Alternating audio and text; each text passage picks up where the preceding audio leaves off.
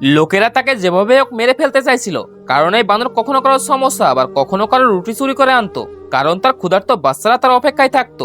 একদিন বানর এক বাড়ি থেকে কমলা চুরি করে আনে, তখনই এক দুষ্ট লোক বানরকে ধরে ফুটন্ত তেলের ভিতরে ফেলে দেয়। হতভাগিনী বানর ছটফট করতে করতে দৌড়ে সেখান থেকে পালিয়ে যায়। এদিকে বানরের স্বামী কারো কোনো পরোয়া করতো না, বানর যা চুরি করে আনতো সে খেয়ে নিত আর সারাদিন শুয়ে শুয়ে বিড়ি খেত।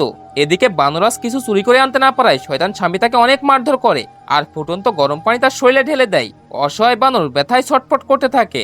এদিকে বাচ্চারা এসব দেখে ভয়ে কাঁদতে থাকে, তাই বানর তাদের বুকে জড়িয়ে ধরে ঘুম পাড়িয়ে দিল।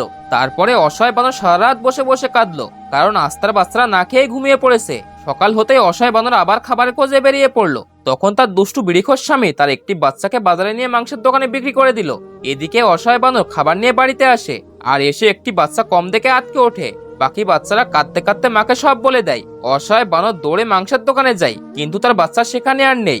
অসহায় বানর হাউমাউ করে কাঁদতে থাকে এবং বাকি দুই বাচ্চাকে নিয়ে জঙ্গলে চলে যায় আর নদীর পাড়ে তাদের নতুন বাড়ি বানায়। এদিকে বাচ্চারা ক্ষুধায় কাঁদছিল, তাই বানর আবার খাবারের খোঁজে বেরিয়ে পড়ে। ঠিক তখনই জঙ্গল থেকে এক সিংহ আসে আর বাচ্চাদের উপরে আক্রমণ করে তাদেরকে মেরে ফেলে। এদিকে মা ফিরে এসে তার মৃত বাচ্চাদের দেখে হা হা করে কেঁদে ওঠে আর বাচ্চাদের কষ্টে অসহায় বানর নদীতে ঝাঁপ দিয়ে তার প্রাণ দিয়ে দেয়। কিন্তু তবুও আপনারা এই অসহায় মায়ের জন্য কেউ লাইক সাবস্ক্রাইব করলেন না।